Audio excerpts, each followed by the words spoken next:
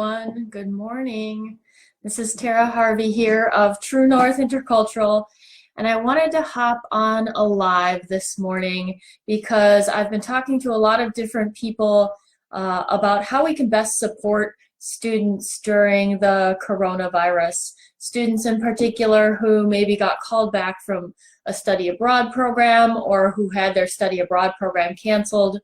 As well as many of our international students and other students from the most vulnerable populations who, for example, maybe can't go home. If you're closing down your campus and forcing students to go home, some international students as well as US students for various reasons can't go home. So they will have to isolate themselves in their campus environment. And so thinking about how we can best support those students. Good morning, Amber. Hi. So first of all, one thing I want to say is, as I always say with intercultural learning, we can't help our students do this kind of thing if we're not doing it ourselves. And so we have to take a real hard look at how are we emotional experience during this. What are we doing to help ourselves cope effectively? If we want to help others cope effectively, we got to make sure that we're not only doing that ourselves, but modeling it for others as well.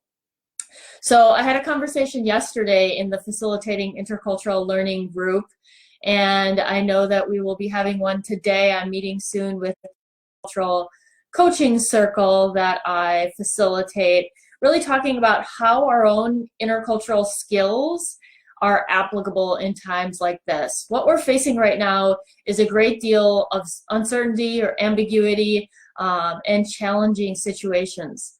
That is what intercultural skills prepare us for, not just for interacting with people from different countries, but for ambiguity, facing a lot of unknown, dealing with situations. So all of this is applicable right now. So I want to talk about some of the ways that we can apply those skills, or thinking about how our intercultural skills could be best used right now.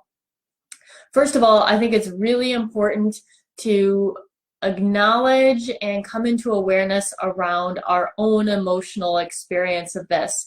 And we're all experiencing this in very unique and different ways because of our context, because of where we live, where we're coming from, etc. So get real honest with yourself about how you are experiencing this emotional, and take the time to become more self-aware of that.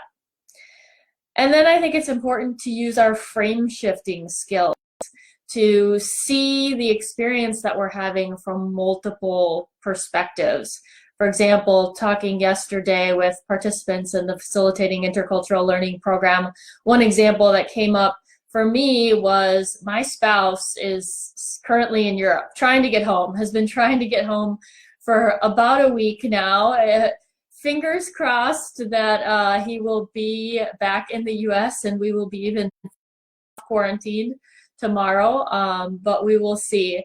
And so one way of seeing that, and definitely one way I've been seeing that, is I am home alone with two children who are now home from school. I have to work, have to balance and juggle all of those things. My spouse is trapped. So that's one way I can see it. And if that's the way I'm feeling, by all means, I need to acknowledge that. But I can also shift and see it as my 84-year-old father-in-law in Spain could have been isolated all of this time. Spain is on lockdown, so everybody is being recommended to stay home and only go out for the most emergency type situations to get food, healthcare, etc. And my father-in-law now has a son there with him for extra time instead of being totally bored. So I think frame shifting and seeing things from a different perspective can help you practice a little bit more gratitude. Not that it's not important, all the yucky feelings that we're feeling as well, but when we can also see it from a perspective that gives us some degree of gratitude, it brings us a renewed sense of energy. I think can help us appreciate the circumstances that other people are in and result in more solidarity. So definitely, I think trying to see what you're experiencing, but then see it from different perspectives as well. Another thing I've and this is definitely a skill I've cultivated through intercultural work, is really focusing on the present, becoming centered on what is going on in the here and now, and not focusing as much on all the things that I cannot control. So things are changing daily right now. We have a spring break trip scheduled at the end of March. Do I think we're going to cancel that? I'm concerned with that right now? No, because there are things, more immediate needs that I have to deal with right now.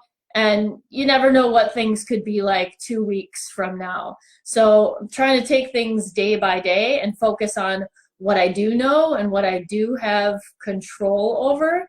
And then tomorrow, with the new information, new situation, new context, then I'll make decisions about tomorrow. But not getting ahead of myself, not worrying or letting anxiety build up too much around all of the unknowns. And there are a lot of unknowns right now. We've also talked a lot in my programs about the importance of self-care. I do a lot of mindfulness work in the intercultural work that I do. We talk about cultivating stillness, and that is more important now more than ever. And I'll post a blog that I wrote the other day before this really was at its height in the notes. But it's really important right now. You feel like you need to work more, make all these difficult decisions, serve all these different people that need you. But at the same time, if you're not taking care of yourself, you're not going to have enough energy. Kids that need you at home right now, parents that might need your support and help right now.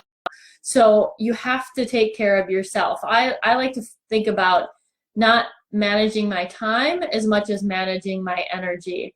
So the more that you outside and taking a walk, reading, doing other things to help you clear your head, maybe getting away from work sometimes can actually help you be more productive in the time that you do have. So make sure that you're taking care of yourself so that you can more effectively take care of others. And another thing that I would suggest and that I found very helpful is being very intentional about how you interact with media. Social media as well as regular media can tend to be very divisive at times. A lot of sort of public shaming on Facebook and that kind of thing about decisions that people are making. But this is a very, like I said, we're all experiencing it very differently depending on where you are and when this really hit, when the height was in the location that you're at, what your personal experience and circumstances are. You're experiencing this in a very different way. So I think we have to be very empathetic toward others and help support others rather than creating some sort of us versus them dichotomy. And that can oftentimes happen in the media. And as part of self-care, I think just making sure that you're not immersing yourselves in those divisive conversations can be really helpful. And so when we move from thinking about how do we help ourselves cope with these situations into thinking about how do we help students cope with these situations, I think a lot of the same things apply. And that's why we need to be practicing those things so that we have experience of them and can help students practice those things as well. We were talking yesterday about students that might be isolated on your campuses that couldn't go home, for example, various different reasons. or even students who are at home but came back from a study abroad experience and are having an emotional response to that situation. It can be very helpful to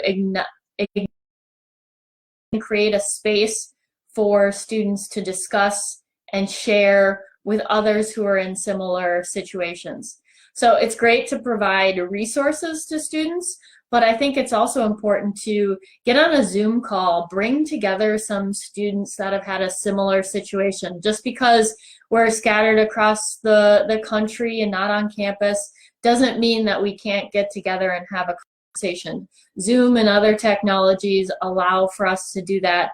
And so try to create a space where you can bring together students who might be having similar experiences to have a conversation and talk through the emotions. They need a space to share that with other people who can identify to some degree. And then I would say, think about Maslow's hierarchy of needs. You know, the triangle. At the bottom, you have the very base needs, like logistical things. A lot of students need to immediately think about how they're going to get income. If you have students that relied on an on-campus job for the majority of their income, that needs to be addressed first before anything else can. How are they going to get food? So all those logistical needs, help students think through how those could be met. Help your campus think through how to help students meet those needs as you can. And then you can think about higher order relational needs, helping students connect with others with similar experiences, talk through those, and then potentially, as we were talking about before, start frame shifting, helping them to see their experience from a different perspective. I think that's really important. But first, we have to make sure we're acknowledging the emotional experience that they might be going through.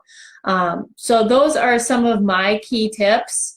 It's not really about giving information, in my opinion, as much as helping them kind of have a space for their emotional experience to share and connect with others, and walk through that experience with them, and also be in solidarity with others when they're having to social distance. I think information is really important for those base level logistical needs, getting information out there to students about how they can supplement income right now, where they might be able to get their basic needs met for things like food, etc. But then thinking about really creating a space and facilitating dialogue more than giving them information. So I hope you find that helpful. If you have other tips, thoughts to share, this is just my opinion, my experience, where I'm coming from, but I know this group has a lot of great ideas and tips and opinions. So please share those in the comments section, as well as any other questions you have or things that you'd like to hear discussed in this group. Right now, I think it's really important for all of us to band together and try to support ourselves and our students as a community. So thanks so much for tuning in, and good luck with the rest of your day. Take care, everybody.